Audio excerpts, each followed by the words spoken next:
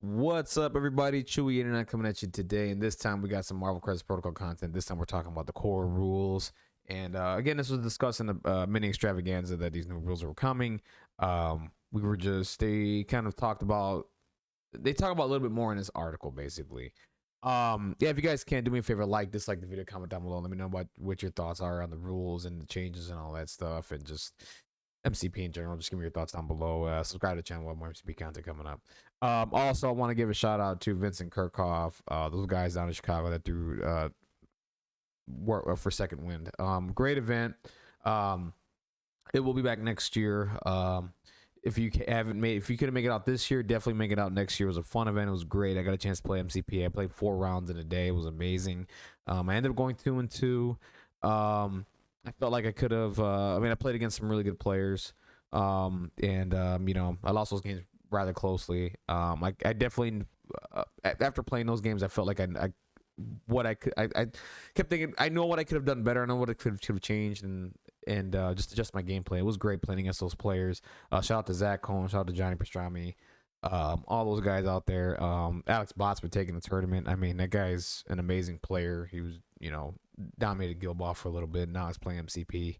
Granted, he played Black Order, not taking anything away from him, but he won the whole tournament, man. Won 5-0 and did a wonderful job. So I definitely will be back next year. I will have a video talking about Second Win and my experiences out there and just the roster I ran and all that stuff and just my thoughts overall on the game. That'll be in another video. Right now, let's talk about the rules. So right now, they just talked about the core rules here. This one, first they talk about the roster construction, which is definitely staying at 10. But the difference here is you can now take in your roster selection characters with similar names. Like, for example, you can take both Spider-Mans now. You can take both Doctor Stranges, etc. This is really good for the game. Before you couldn't do this, you had to take one of the Doctor Stranges. You couldn't fit them in or anything like that. But what you can't do is you can't take them both at the same time while you're playing the game, which makes a whole bunch of sense. You can just have them in your roster, so you can choose different Doctor Stranges for different leaderships or whatever the case would be. Especially if you're playing Convocation, which I had the experience of playing against this weekend. You can go ahead and choose which Doctor Strange you want, and basically it's going to depend on where either Doctor Strange benefits you in that mission or threat or whatever the case may be. In that crisis. So that's really cool. This is a really nice welcome change that everybody wanted for the longest time possible.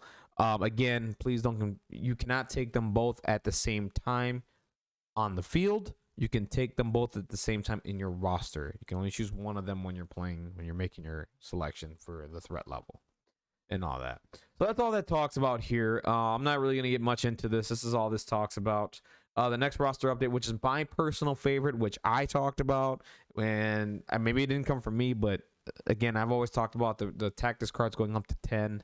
I think it's about time. I mean, there's a ton of tactics cards in the game that you want to take, and there's always like 2 or 3 that I can never bring because I'm limited to 8.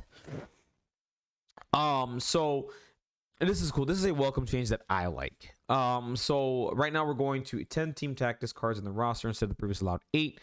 They just talk about they settle on this because at least from the most important part, which what they're saying is a shift from unaffiliated to character specific cards being the norm. They just wanted to give the players option of taking more specific cards, which is what I wanted. I wanted to take more specific cards. Like, for example, like I've always wanted to fit a Neogenetic Recombinator. Not that I can't fit it in, not that it's a bad card or anything. There's just cards that are better than I just can't find the spot for it. Like cards like that, you know what I'm saying? So this is really good. This is a welcome change. I can't wait. I could have more options now and tactics cards and all that stuff. So this is really good. And this is really healthy for the game, in my opinion. The next big change here, which was a huge controversy throughout the community, was the crisis selection, which is now going to random at 1. It used to be before. You can go ahead, roll for priority, shuffle, draw 2, and then from there just choose one of them, right? There's pros and cons to this. The con is you really don't, it takes away choice, right? It takes away a little bit of creativity, counterplay and all that stuff. And which I'm sad about too. I loved how unique that was, that you can choose either crisis and you could look at someone's roster and then make a decision on what you wanted to play if you wanted to counter them, whatever the case may be. Like for example, if I saw your roster and I don't see a 14-point team, I can choose 14, right? Or if I know your team doesn't do well on traps, I can just pick traps and all that kind of stuff. So it does eliminate that, and it takes that away. That's the biggest con.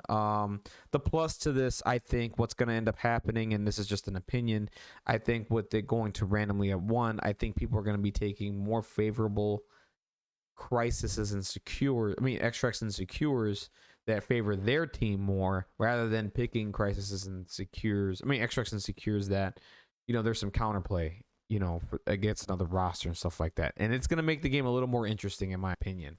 I think we're going to be seeing teams playing against each other on their best secures or extracts, which isn't a bad thing. From there, now it's all about outplaying the player, right? Which isn't a bad thing. Instead of me, hey, beating you turn 0 because I picked sword and you don't have a shot at it, it takes that away. Now, granted, you could always make the argument saying, hey, listen, that's the opponent's fault if they didn't have a roster. That's fine. But most of the players don't understand. A good amount of players don't understand that, and they didn't think about that. So this takes that away, and I think the game's gonna get a little more interesting. We're gonna see a lot more crazy secure and extracts. You know what I'm saying? We're gonna see things that we've never hit the table in a combination. For secures and extracts, which is exciting. That's exciting.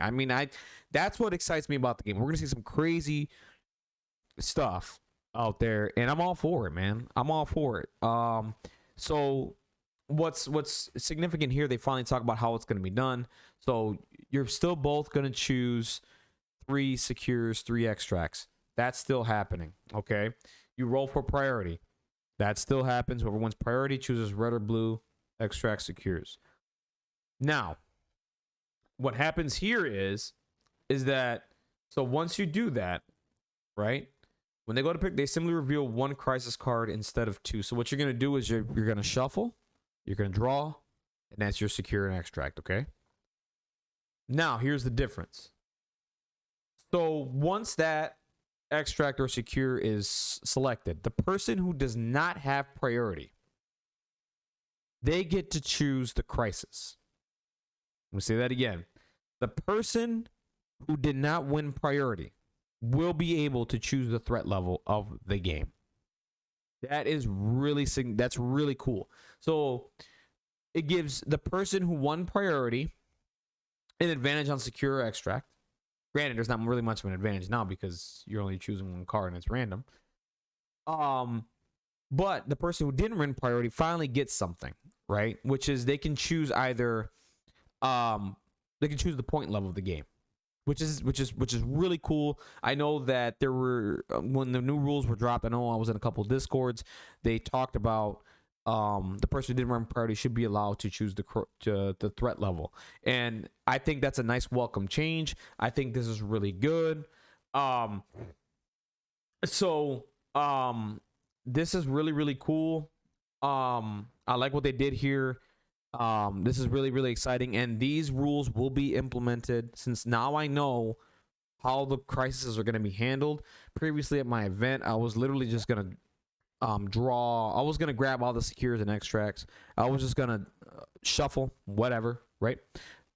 I was going to shuffle and then just randomly choose secures and extracts for each table, and I was just going to randomize the tables and everything, play whatever. I'm not going to do that anymore because now I have a clear answer on how this is going to be handled. Okay, so at my event number 13, if you're watching this video, new rules will be applied. We will go to this format for the secures and extracts. We will use the priority rules, and we will use the roster selection, the tactics cards, and the new errata. If you want to use the new errata, go for it. You need to find a way to print out the cards and all that stuff, right? But if you want to go ahead and use the new errata cards, you can. Okay, whatever's been revealed up until November 13th, you will be allowed to use at my event. So anything on November 13th that gets revealed, no. Anything that gets revealed November 13th at 12 a.m. will not. The point is, anything before November 13th, you can use, okay? So this is exciting for me. So now me as I'm organizing my event, this makes my life a little bit easier. This is really cool. And the next part talks about gems in the roster creation. I really don't need to get into that. Basically, if you're taking Thanos, you have to, and he can take 2 gems. the gems don't take roster spots. He takes them and it frees up those roster spots for gems. Basically, that's all this is. And so that basically frees up spots for people who are married to gems, basically, like Corvus, Thanos. Thanos really isn't married to a gem, but I mean, I'm just saying, like, there's a specific way that people like to play Thanos with certain gems. Now they have to take him at that gem with those gems, and it frees up 2 more spots for them to use for characters, which is, I think, pretty cool. Anyways, guys, that's it for me. Those are my thoughts on the rules. Definitely let me know your thoughts down below. What do you think about the changes to the crisis selection and priority? I think the priorities are really is a welcome change. I think the random for the crisis selection is not a welcome change, but it's not. People don't hate it. It's just people feel like it didn't need to happen. But we'll see. I'm excited to play games like this. I mean, I'm definitely I'm all for always a change of pace. I want to always, if you want to change something, I'm gonna do something different. I'm always up for it, always. So I want to see where this goes, and see what happens. I think right now the way Atomic Mass Games is handling this. This is basically 2.0 of Marvel Crisis Protocol. They're doing a great job. I mean, they're batting 1,000 in my opinion right now. I think they hit a single. If you're doing some baseball references, I think they hit a single when it comes to random crisis selection. I think they're hitting doubles, triples, and home runs with everything else, if that makes sense. I don't think they're striking out with anything here, especially with the character changes in the errata. They're not missing. So they're doing a wonderful job. Keep it up, guys. I can't wait to see the rest of the changes with some of the other characters that are, because you said up to 50 characters are going to get changed. I don't know what the number is right now, but we still got some more to go to find out about, and I can't wait. Ghost Rider's one of them, and I can't wait to see what changes are made with him. All right, guys, that's it for me. Have a wonderful, blessed day. Like I said, definitely do me a favor if you can. Comment, like, dislike the video, subscribe to my channel down below. I will have more MCP content, and hit the comment section. Let me know what you guys think. I'm excited. Have a wonderful, blessed day, and like I said, keep an eye out this week. I did play my league game. I will do a discussion on that. That'll come out at some point. I will do my thoughts on Second Wind in total at some point this week. I don't know when. I got a lot of content to get out. So have a wonderful, blessed day. Take care.